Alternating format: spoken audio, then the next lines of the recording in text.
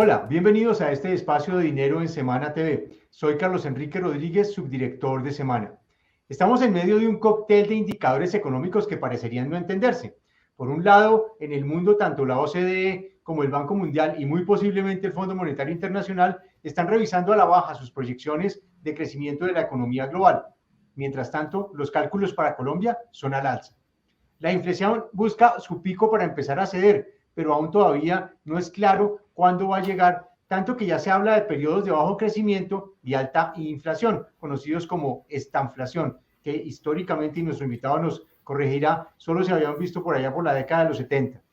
El dólar, por su parte, anda en una montaña rusa, cada vez con más tirabuzones. Alcanzamos a tocar techos de 4.200, bajamos a niveles de 3.700 y ahora se ubica alrededor de los 3.800, pero lo que más pesa es la incertidumbre y la volatilidad que no permite, por supuesto, ni planear ni tener un panorama más claro en el corto y mediano plazo.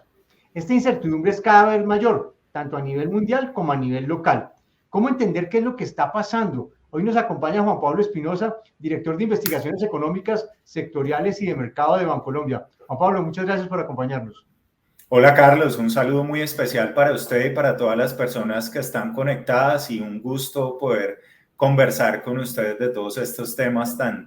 álgidos, tan difíciles de entender de pronto, ¿no? Bueno, a usted le toca la tarea dura de ayudarnos a entender qué es lo que está pasando, porque no estamos entendiendo muchas cosas. Arranquemos, si quiere, por el tema del crecimiento. Esta semana, cuando el Banco Mundial y la OCDE anunciaron sus cálculos a la baja en el crecimiento económico para este año, a Colombia la pusieron por encima. De hecho, Colombia es el país que más va a crecer este año, según los cálculos de la OCDE, de todos los países miembros de la organización. ¿Qué es lo que está pasando? ¿Por qué las perspectivas de crecimiento en la economía global van para abajo y por qué la de nosotros va para arriba? ¿Cómo se puede explicar esto? Bueno, yo creo que es un fenómeno que tiene varias causas, pero yo tal vez empezaría por una muy clara y es que un factor que ha sido un catalizador de esa expectativa de menor crecimiento a nivel global es el conflicto entre Rusia y Ucrania que tiene al mundo en jaque, primero por los países que tienen una relación comercial y económica directa con los involucrados en el conflicto, como es el caso de Europa, que pues recordemos trae la gran mayoría del petróleo y del gas que consume de esa zona en conflicto y que fuera de eso también depende mucho de la proveeduría de alimentos de esa parte del mundo. Estados Unidos también, digamos, venido teniendo unas revisiones a la baja en su crecimiento, no tanto por su participación o dependencia directa a los países que están en el conflicto, sino por el hecho de que ha venido experimentando un proceso de retiro bastante pronunciado del estímulo fiscal que tuvimos al principio de la pandemia, porque recordemos que el gobierno federal fue muy agresivo entregándoles apoyos directos por la vía de cheques a prácticamente todas las familias en ese país, y al ya no haber digamos, ese apoyo tan contundente, pues es razonable suponer que iba a venir una desaceleración de la actividad productiva y sobre todo teniendo en cuenta lo que la Reserva Federal ha venido haciendo en términos de comunicar que todo el estímulo que se desplegó al principio de la pandemia pues ya se va a retirar de una manera mucho más contundente de lo que se tenía previsto. De hecho, la expectativa de recorte o de más bien incrementos en la tasa de los fondos federales pasó de 3 incrementos al comienzo de este año a 11 incrementos ahora, es decir, que la contundencia con la cual ese, digamos, suministro de liquidez bastante agresivo y prácticamente dinero gratis que se desplegó cuando llegó el COVID-19, pues va a cambiar rápidamente. Todo esto para entender por qué en el mundo las revisiones se están dando a la baja. Contrasta esto, como usted lo dice muy bien, con la realidad de Colombia, en donde estamos teniendo justamente lo opuesto. Y yo creo que hay dos elementos que tenemos que tener muy presentes. El primero, que no podemos olvidar ni pasar por alto, es que Colombia, como país exportador de materias primas como el petróleo y el carbón, que han sido dos de los principales beneficiados en esta tendencia de incremento que se ha dado como consecuencia del conflicto entre Rusia y Ucrania, pues evidentemente resulta favorecido por ese incremento de precios internacionales. De hecho, los términos de intercambio de nuestro país, que es esa relación que mide qué tanto es el valor de lo que exportamos relativo al precio de lo que importamos, hoy por hoy está muy cerca de sus máximos históricos, y a mayor nivel de precio promedio de las exportaciones, pues más alto es el ingreso nacional y por esa vía también el Producto Interno Bruto. Pero aparte de eso también está ocurriendo algo bien curioso, y es que la demanda interna se ha, digamos, continuado mostrando una dinámica bastante importante. El consumo de los consumidores colombianos pues viene en un ritmo muy sólido. De hecho, las transacciones de los tarjetavientes de Bancolombia, que es uno de los principales termómetros que nosotros utilizamos para medir el comportamiento de la economía, todavía está creciendo a tasas de 2 dígitos, incluso después de tener en cuenta la inflación. Así es que los consumidores colombianos siguen mostrando una resiliencia bastante marcada, y fuera de eso tenemos una política fiscal que nos muestra una realidad en la cual los niveles de gasto público siguen estando muy por encima de su promedio histórico, y de esa manera entonces llegamos a una situación en la que en este primer semestre del año, que ya prácticamente estamos concluyendo, el crecimiento económico va a estar muy cerca del 10%, y ya con esa cifra asumir incluso que vamos a tener una segunda mitad del año un poco más lenta nos pone evidentemente a la vanguardia en materia de expectativas de variación del PIB para este 2022. Vamos por partes. Usted mencionó una cosa que es muy importante y quiero hacerle un reconocimiento porque ustedes fueron un poco de los más acertados en el cálculo de cuánto iba a crecer el primer trimestre de la economía este año. Ustedes alcanzaron a llevarlo a 8,3, creo que fueron los únicos que estuvieron por encima de 8 y el resultado final, me corrige, fue 8,5. Y no sé cómo está viendo para el segundo trimestre de este año. Es que creí ver en algún documento de ustedes que íbamos a estar por encima de 10, por ahí 11. No, de hecho, sí, Carlos, la estimación más reciente, si uno tiene en cuenta la información transaccional nuestra y a partir de ella trata de inferir cuál va a ser el comportamiento del PIB, de hecho es bastante probable observar una tasa del 11% para el segundo trimestre del año, que tiene, digamos, dos elementos a tener en cuenta. No podemos perder de vista una cosa, y es que hace un año nuestro país estaba apenas saliendo de ese periodo tan complejo de paro nacional y de bloqueos a las principales vías del país, que tuvieron un efecto muy negativo sobre el funcionamiento de muchos sectores de la economía, de modo que tenemos lo que en economía llamamos un efecto base de comparación, en el cual el denominador con el cual calculamos la tasa de variación de la actividad económica está muy bajito, de modo que la variación con respecto a ese periodo del 2021 seguramente va a venir al alza por ese elemento. Pero al margen de eso, evidentemente la demanda sigue bastante sólida, y es una cosa que resulta un poco difícil de digerir teniendo en cuenta todo el ambiente de incertidumbre que estamos viendo por cuenta del periodo electoral y también de las mismas decisiones de las autoridades. Sin ir más lejos, el Banco de la República ha venido en sus últimas reuniones incrementando la tasa de referencia, y ya hoy en día el costo del crédito es más alto que el que teníamos el año pasado. Entonces, para poder darle un poco de sentido a esa historia de por qué nosotros seguimos consumiendo y gastando a una velocidad que no necesariamente es la que está teniendo el resto del mundo, tenemos que ir un poco a las causas de por qué eso está ocurriendo. Y esas causas son múltiples, y tal vez ahí está la explicación principal. No es una sola razón la que esté generando ese dinamismo de la demanda, sino que son varios elementos que han confluido al tiempo. Empezamos con los externos, en donde además del tema de los precios de las materias primas que ya mencioné hace un momento, tenemos que añadirle otro elemento que sigue siendo importantísimo a la hora de medir cuál es el ingreso disponible de las familias colombianas, y es los flujos de remesas, que venían en una tendencia, diría yo, de una dinámica, digamos, positiva, pero bastante estable, hasta que llegó el COVID-19, en donde evidentemente tuvieron una disparada muy importante. y que se vio de alguna manera potenciada por el hecho de que la tasa de cambio pues tuviera la subida que hemos visto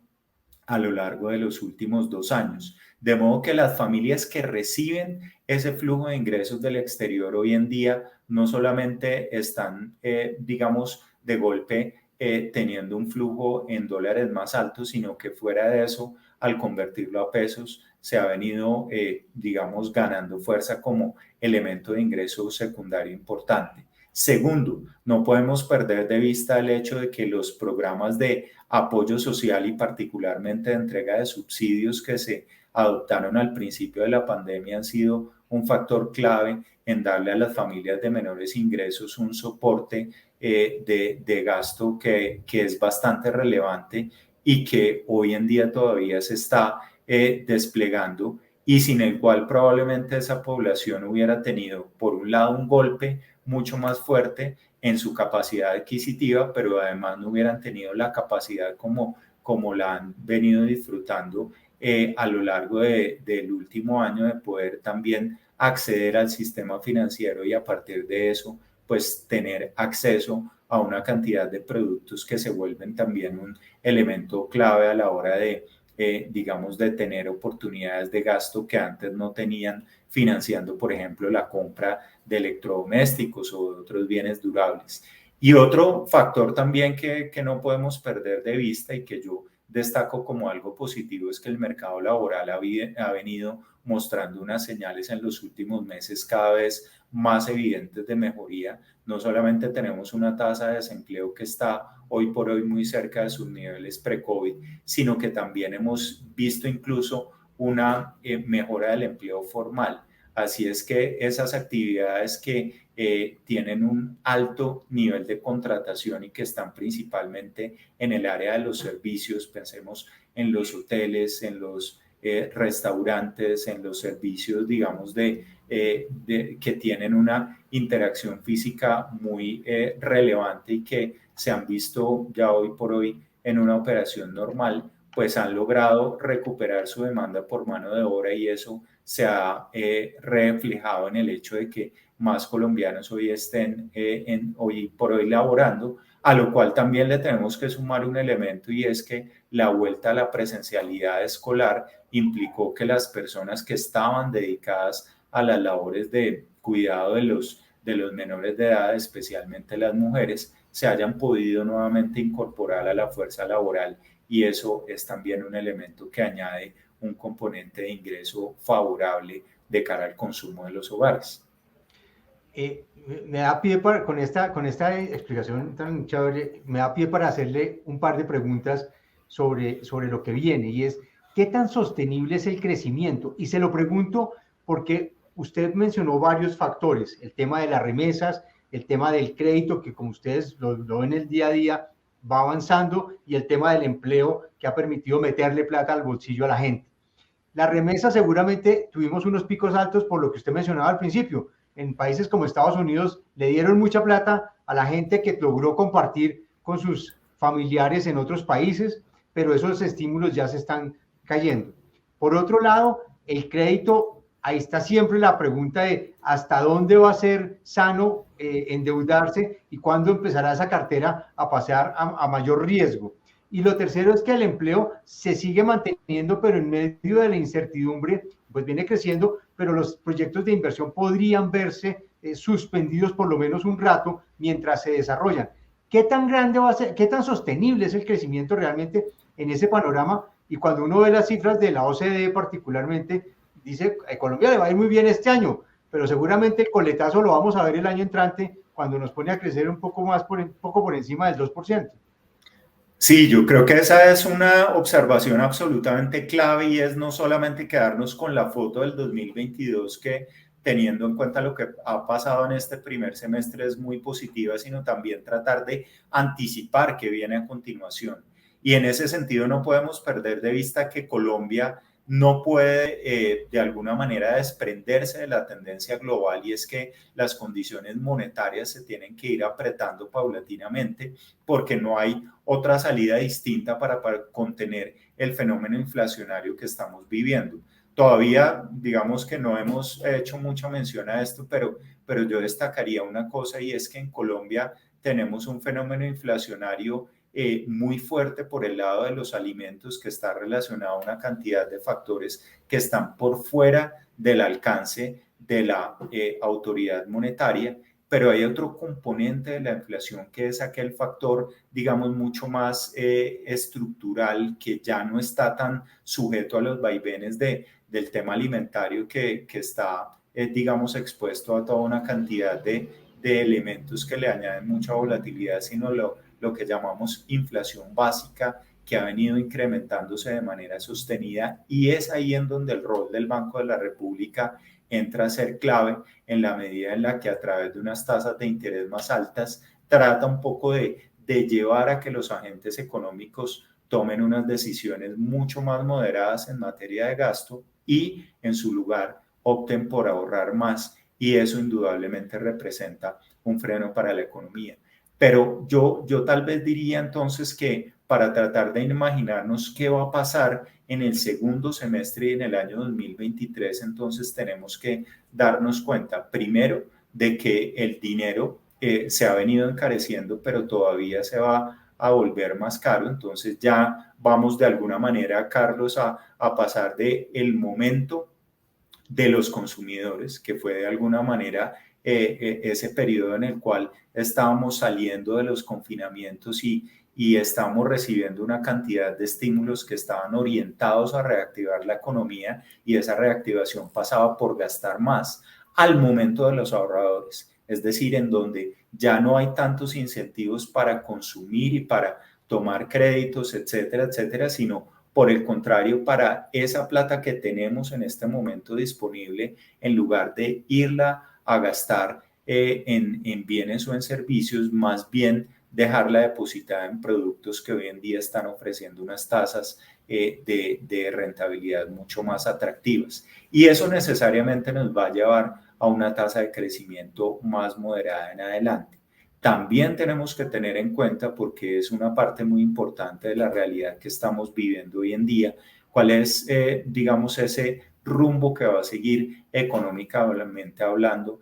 el próximo gobierno. Al respecto de eso, pues yo creo que hoy por hoy hay toda una cantidad de factores que nos llevan a no poder estar en capacidad de predecir qué va a pasar, porque la contienda electoral está muy cerrada. Pero no importa quién llegue a la presidencia el año,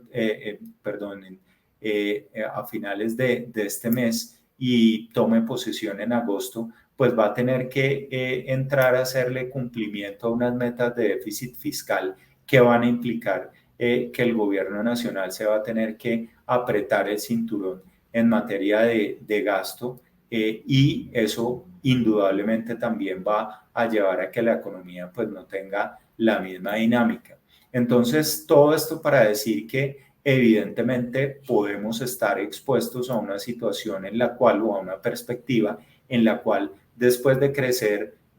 incluso de acuerdo con las cifras más recientes que tenemos, por encima del 6% en este 2022, vamos a pasar a un 2023 en donde esa tasa de crecimiento va a ser de la mitad o inclusive un poco menos que eso, como usted bien anotaba que ha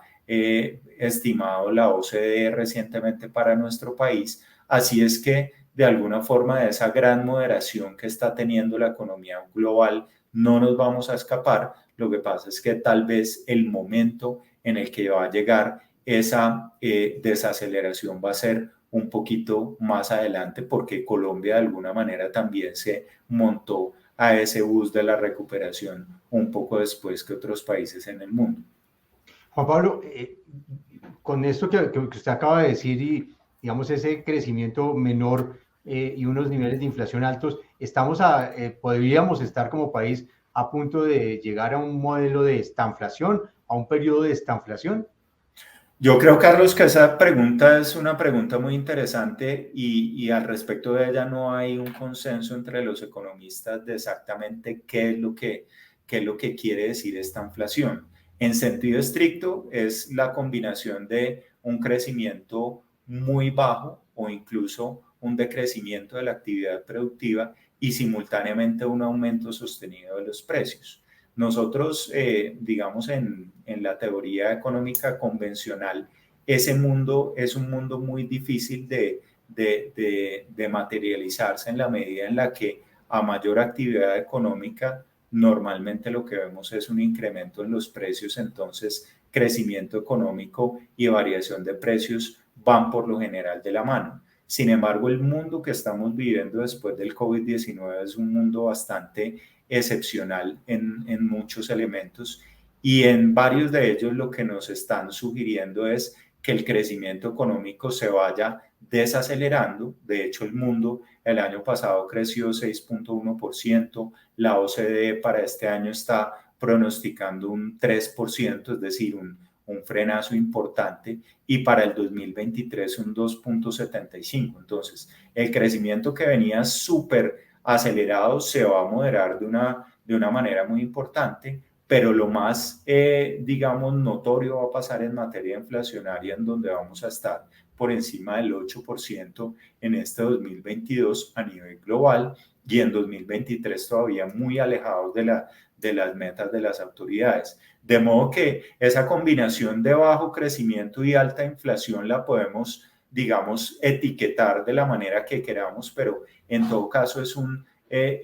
una situación bastante inusual para cómo era el mundo económicamente hablando antes de la llegada del COVID-19 y también es una combinación bastante difícil de gestionar. ¿Por qué? Porque las autoridades económicas por lo general lo que tratan de procurar es que el crecimiento sea alto y la inflación sea baja y hoy por hoy está pasando justamente lo contrario. Entonces nuestro país no puede ser de ninguna manera ajeno a ese fenómeno porque la gran mayoría de elementos que nos trajo hasta acá son precisamente fenómenos globales. El hecho de que las materias primas estén hoy en día mucho más costosas, la subida de la tasa de cambio, que es un elemento que también hace que traigamos más inflación del resto del mundo, las señales, digamos, en contra del dinero gratis, que fue el modelo que prevaleció en los años previos a la pandemia, pues ya en la realidad actual el dinero no es gratis, es mucho más costoso y ese costo de financiamiento nos está llegando a todos en una u otra proporción. Así es que es muy difícil suponer que una economía como la nuestra, que es una economía pequeña y abierta a todos estos vaivenes de los fenómenos globales, pues pueda permanecer por un periodo muy prolongado ajeno a esa tendencia global. Así es que, por, digamos, decirlo de una manera muy contundente, a esa combinación desfavorable de crecimiento menor al que hemos venido teniendo hasta ahora y una inflación que se va a mantener por encima de la meta del Banco de la República, pues es muy posible que lleguemos a ese tipo de escenario en unos pocos meses. Lo cual me da pie para decir una cosa y es que, contrario a lo que uno pudiera imaginarse, la incertidumbre electoral no le ha pegado a esta, digamos, realidad que estamos viendo hoy en día. Y yo creo que, sí, y yo creo que, y para adelantarme un poco a lo que podamos discutir de eso, yo creo que un poco es la percepción de la gente con respecto al entorno actual, las inquietudes de quién va a ser el ganador, pero por el otro lado las decisiones económicas que yo creo que están obedeciendo hoy en día a una racionalidad y a una cantidad de criterios de decisión que no están teniendo que ver con ese resultado precisamente de las elecciones. ¿Usted cómo está viendo un poco esa incertidumbre electoral y cómo le está pegando a algunos indicadores? Muchos hablaban, recién pasó la primera vuelta de que el dólar se cayó y eso fue efecto de las elecciones. Otros decían, no, pero es que me des cuenta que el petróleo también ese día, curiosamente, se pegó una trepada impresionante. Entonces, eso va por lo general en caminos distintos. ¿Cuál es la lectura que está teniendo usted? Porque hay dos protagonistas básicos acá. Usted y yo como personas naturales que tomamos decisiones de, ¿será que me compro un carro, me meto a una casa, compro el computador, cambio celular, qué hago? O los empresarios que dicen, tengo un plan de inversiones y de pronto me voy a quedar un poquito en stand-by a ver qué está pasando. Un poco, ¿cuál es la lectura que usted le da a todo este escenario electoral de lo que está pasando? Perfecto. Bueno, Carlos, para empezar un poco y es, digamos, cuando nosotros estamos viviendo la realidad día a día y tomando decisiones, y por el otro lado los que vemos los toros desde la barrera, que somos los analistas, un poco es cuando uno está viendo un partido de fútbol en el estadio en vivo, en donde hay una cantidad, digamos, de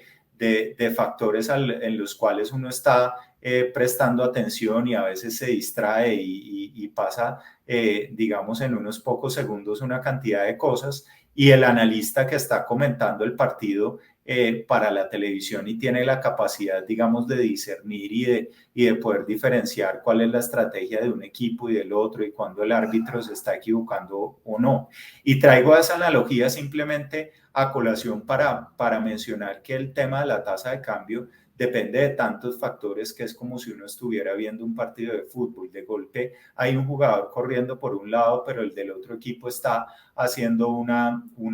jugada en contra y al final del día, pues lo que pasa con el movimiento del dólar, pues es el reflejo de todo eso y es muy difícil realmente separar un elemento del otro. Entonces, a Colombia este periodo electoral le llegó en un momento en el cual la economía en el mundo, digo yo, está dando como ese giro del dinero abundante y gratis que mencioné hace un momento hacia una situación en la cual los costos de financiamiento aumentan, ya entonces la plata no se consigue tan fácil y tan barata como era antes, y eso genera una cantidad, digamos, de revisiones en los valores de muchos activos y también en el apetito de riesgo de los inversionistas. Y eso no lo podemos dejar de lado porque al fin y al cabo nuestra moneda es una moneda que está siempre abierta y es siempre bastante sensible a todas esas variaciones que se dan en el resto del mundo, porque recordemos que el Banco de la República no interviene en el mercado cambiario, como de pronto sí lo hacen otros bancos centrales de América Latina. Entonces nosotros estamos completamente abiertos a todas esas fluctuaciones del mundo y lo que el mundo nos está diciendo es que en ese nuevo esquema de dinero más costoso y menos abundante, el dólar está ganando fuerza frente al resto de monedas y el peso colombiano no es una excepción a esa tendencia. Entonces, todo eso lo que le sugeriría a uno es que independientemente de la decisión política que se tome en el país, pues hay un movimiento mucho más estructural hacia tener un dólar más alto en la medida en la que las tasas de interés en Estados Unidos sean mayores y eso incentive que todos los flujos de dinero que llegaron al resto del mundo se vayan paulatinamente para ese país. Pero además de eso, yo creo que digamos, la reacción inicial de los mercados después de la primera vuelta, que fue un poco de alivio y luego la subida que hemos venido teniendo en las últimas jornadas, tienen un factor muy claro y es incertidumbre, ¿cierto? Al principio, pues al tener en cuenta ya el resultado de la primera vuelta y presentarnos, digamos, dos opciones muy claras, de alguna manera la incertidumbre con respecto a quién va a ser el próximo presidente se acotó, pero en los últimos días lo que hemos visto es un surgimiento de muchas preguntas con respecto a cuál es el rumbo económico que va a seguir la siguiente administración. Y hasta que no tengamos unas señales mucho más claras, primero de quién va a resultar el elegido en el voto popular, pero segundo, a que ese gobierno ya cuando esté elegido, cuál va a ser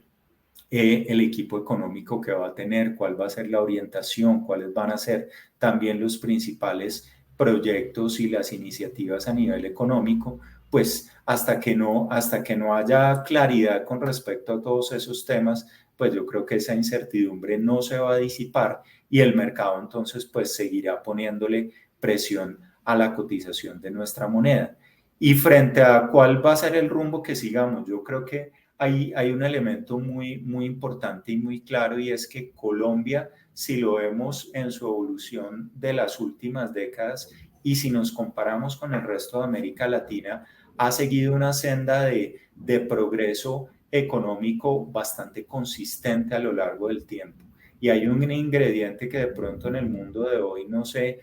valora en su real magnitud, pero que hay que tener muy presente y es que eso ha sido en buena medida el resultado de que ha habido una gestión macroeconómica bastante coherente durante muchos gobiernos y que está soportada en una cantidad de elementos institucionales como es la independencia del Banco de la República, la política de inflación objetivo, hablando desde lo monetario, y la regla fiscal desde el manejo de las finanzas públicas, que dan esa predictibilidad y que también nos dan a anticipar que no importa quién gane las elecciones, pues se va a encontrar con un marco de actuación que ya está establecido y que de alguna manera se vuelve también una cancha de juego en la cual el próximo gobierno se va a tener que mover, porque cambiar ese marco implicaría pues sacar adelante toda una cantidad de reformas a nivel legal e incluso constitucional, que no va a ser fácil lograr, por un lado, y por el otro, porque también nos vamos a encontrar seguramente con una realidad, y es que la confianza de los inversionistas, de los tenedores de deuda, que son quienes al final del día nos, digamos, garantizan el acceso a unas fuentes de financiamiento que son necesarias para que la economía siga creciendo y para que también el gobierno nacional continúe financiando el déficit que tiene en este momento y logrando pagar su deuda. Todos esos elementos pues están asociados justamente a que se generen esas políticas predecibles dentro del marco que acabo de describir. Entramos a la parte final y esta es la que más nos gusta a todos y es sacar la bola de cristal. Entonces, un poco las expectativas, y yo le voy mencionando temas y usted me da la cifra más o menos de lo que están estimando, pero y si quiere hacer algún comentario, pues chévere. ¿Cómo ve el crecimiento de 2022 de Colombia y 2023 desde Bancolombia? Perfecto. Con base en las últimas informaciones que tenemos, ya lo mencioné antes, jugado la mitad del 2022 hoy por hoy, para el presente año vemos con alta probabilidad un crecimiento alrededor del 6,5% y para el 2023 3%. Ok. Dólar. Para dólar, la estimación que tenemos a final de año nos dice 3.940 y para el 2023 algo más cercano a los 3.900. Inflación. Inflación para el cierre de este año 9% y para finales del 2023 5%. Tasa de interés del banco. Tasa de interés del Banco de la República 8,5 al finalizar el 2022, es decir, todavía tenemos 250 puntos básicos de incrementos adicionales en los próximos meses, y para el 2023 un 6,5. Ok. Y una pregunta más de concepto, y es este nivel de incertidumbre que nos tiene, y quiero retomar algo que le planteé antes, es a nivel de los empresarios y de los inversionistas, es hasta dónde voy yo. Y es que a usted se le están sumando muchos factores. Se le está sumando el factor de incertidumbre política que tenemos, que pues es normal, pero se le está sumando también, y ya no es incertidumbre, sino que el aumento de las tasas del Banco de la República seguramente va a hacer que algunos de esos proyectos de inversión ya no sean viables o sean mucho más costosos de lo que usted los tenía pensados hace 12 meses atrás. ¿Está viendo que se pueda golpear la inversión o usted cree que eso va a tener un ritmo normal en lo que viene de este año y del año entrante? Carlos, esa es una gran pregunta que tiene varias, digamos como varias dimensiones, para mencionarlo muy corto. Hoy por hoy, el costo de financiamiento se ha venido incrementando, como ya lo mencionamos, pero si nos comparamos con el mundo antes de la pandemia, es decir, los años 2017 a 2019, de todos modos las tasas de financiamiento que se consiguen hoy en día no distan tanto de las que teníamos antes de la pandemia. De modo entonces que para muchos proyectos que tienen una vocación de largo plazo, en este momento todavía las condiciones de financiamiento, de consecución de nuevos recursos siguen teniendo sentido. Eso es lo primero. Hacia adelante se va a mantener esa situación, probablemente no, digamos, cuando el Banco de la República complete su ciclo de incrementos en la tasa de referencia, pues veremos que el costo de los nuevos fondos va a ser más alto y en ese sentido ya habrá algunas decisiones de inversión que empiecen a afectarse, pero eso probablemente será un factor a tener en cuenta más para el año 2023. Segundo elemento que es también importante, no podemos perder de vista que durante la llegada del COVID y todos esos primeros meses que fueron tan complejos, la inversión productiva tuvo una contracción muy importante. Y digamos, si hacemos el símil frente a lo que pasó con el consumo, todavía hay un espacio, digamos, de crecimiento de la inversión para ponerse a tono con esos niveles que veíamos antes de la pandemia. Esto lo que en últimas implica es que todavía hay muchos sectores productivos en nuestro país que tienen unas necesidades de inversión que muy probablemente se pueden ver, digamos, satisfechas en los meses siguientes. Así es que pues hay un incentivo para seguir ensanchando capacidad productiva. Pero el tercer elemento sin duda y que yo creo que va a ser la clave es cuáles señales tengamos del próximo gobierno. Por un lado, en cuanto a mantener ese marco y actuar en función de ese marco que ya está establecido en nuestro país de gestión macro y que da mucha, digamos, predictibilidad de para dónde van las cosas, pero también algo que va a ser muy, muy importante y es cuáles van a ser esas grandes apuestas sectoriales detrás de las cuales va a ir el país. Hay unos elementos que siguen estando ahí presentes y es la necesidad de poder ensanchar y fortalecer la capacidad en el sector agrícola, dadas las grandes capacidades que tiene nuestro país, la transición energética como también una de las grandes apuestas del mundo que para un país como el nuestro que tiene muchos recursos naturales para explotar esa transición, pues yo creo que se vuelve un elemento también clave. Entonces ya hay unos sectores y a eso también le sumaría tal vez el elemento del turismo ya en un mundo post-COVID libre de restricciones. Entonces hay unos potenciales sectoriales en donde seguramente la inversión va a ser dinámica independientemente de cuál sea el resultado electoral, pero otros que también estarán indudablemente asociados a las grandes apuestas que el siguiente gobierno quiera tomar. Y yo finalizo tal vez con una reflexión y es, este país, si algo nos ha mostrado históricamente es que es un país muy resiliente, no solamente en la capacidad de poder salir adelante de muchos momentos difíciles que hemos vivido en materia de seguridad, de incidencia del narcotráfico, de la guerrilla, etcétera. Y a pesar de eso, y nos catalogaron en muchas ocasiones como un gobierno y un país fallido y logramos darle el giro a los acontecimientos y movernos hacia una dinámica mucho más positiva, pues también desde el punto de vista económico nos caracterizamos por ser una de las economías de América Latina que ha tenido un progreso en materia de crecimiento y de ingreso más sostenido de la región, de modo que esto es un llamado a que veamos también este momento de incertidumbre como un periodo que yo creo que podemos colectivamente transitar de la mejor manera y poder resolver todas esas incógnitas que tenemos hoy por hoy de una manera constructiva, que digamos que de alguna forma el árbol